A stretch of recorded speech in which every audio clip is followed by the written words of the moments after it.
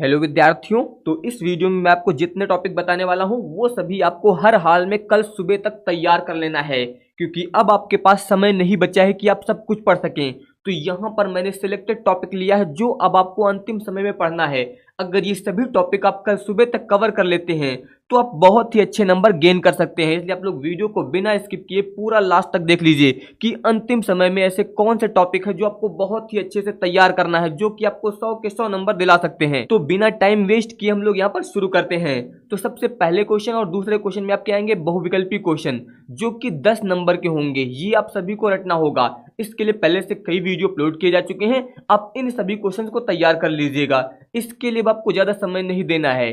इसके बाद ध्यान दीजिए गद्यांश, इससे आपके 10 नंबर मिलेंगे। और गद्यांश के लिए जो आपको यहाँ पर चैप्टर पढ़ना है वो राष्ट्र का स्वरूप। इस चैप्टर के जितने भी मुख्य टॉपिक आपको यहाँ पर क्वेश्चन बैंक में दिए गए हैं, आप क्वेश्चन बैंक का यूज करिए, क्योंकि आप पूरी किताब से हम नहीं पढ़ सकते हैं। तो क्वेश्चन बैंक में राष्ट्र के स्वरूप इस अध्याय में जितने भी गद्य पॉइंट आपको दिए गए हैं उन सभी से संबंधित प्रश्नों को एक बार आप देख लीजिए, क्योंकि ये चैप्टर आपका बहुत ही महत्वपूर्ण है। इससे एक ना एक टॉपिक आपका जरूर आएगा। इसके अलावा अगर हम लोग पद्यांश की बात करें तो पद्यांश में आपका पवन दूतिका और इसके अलावा श्रद्धा मनु, इससे संबंधित जितने भी टॉपिक आपके क्वेश्चन बैंक में दिए गए हैं पद्य से संबंधित, उनको देख लीजिए और उनसे संबंधित प्रश्नों को आप यहाँ पर पढ़ लीजिए, ताकि वहां पर आपको प्रश्नों के उत्तर निकालने में कोई समस्या ना हो। यही दो क्वेश्चन आपको केवल 20 नंबर यहाँ पर दिला सकते हैं।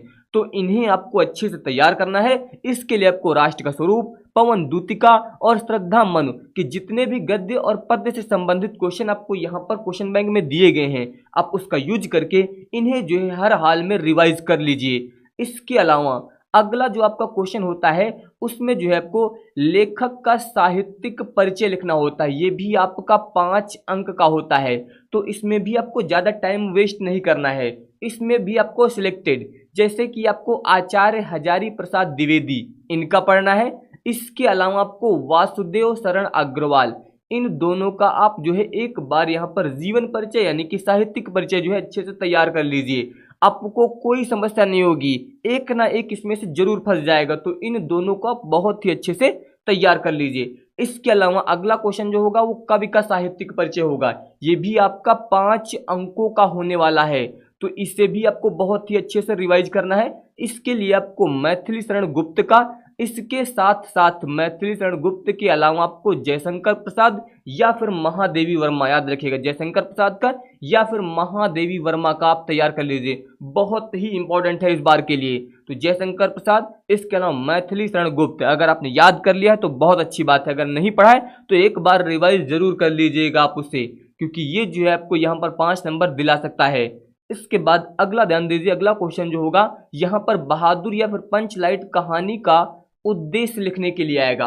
आपको यहाँ पर 2 कहानी दी गई हैं, बहादुर अथवा पंचलाइट, यानी कि 2 में से एक। और इसके साथ साथ ध्यान दीजिए यहाँ पर अथवा में एक और भी दिया गया है, ध्रुव यात्रा, यानी कि आपको इन 3 में से केवल एक करना है। और आपको कितने अंक मिलने वाले? 5।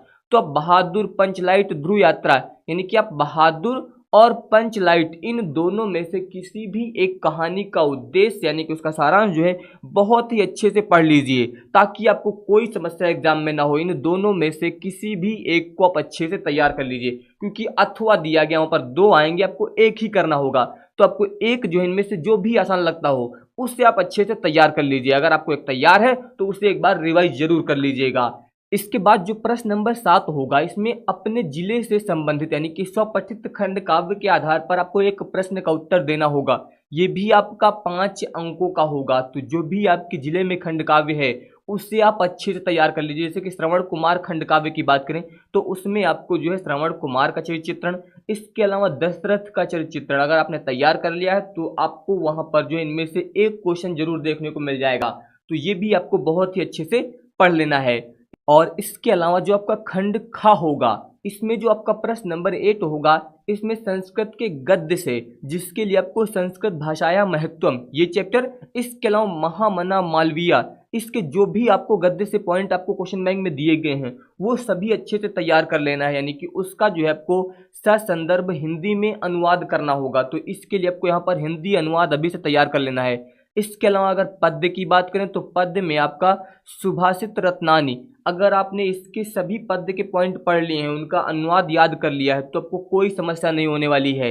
ये तीनों आप एक बार रिवाइज जरूर कर लीजिएगा, बहुत ही महत्वपूर्ण है। इसके अलावा अगर हम लोग बात करें तो मुहावरे, ये आपको रटना होगा, ये आपको पहले से बता दिए गए हैं। इसके अलावा संधि विच्छेद, शब्दों की विभक्ति और वचन, ये सभी आपको यहाँ पर रटने होंगे। इसके अलावा शब्द युग्म यानी कि आपको सूक्ष्म अंतर यहाँ पर पहचानना होगा।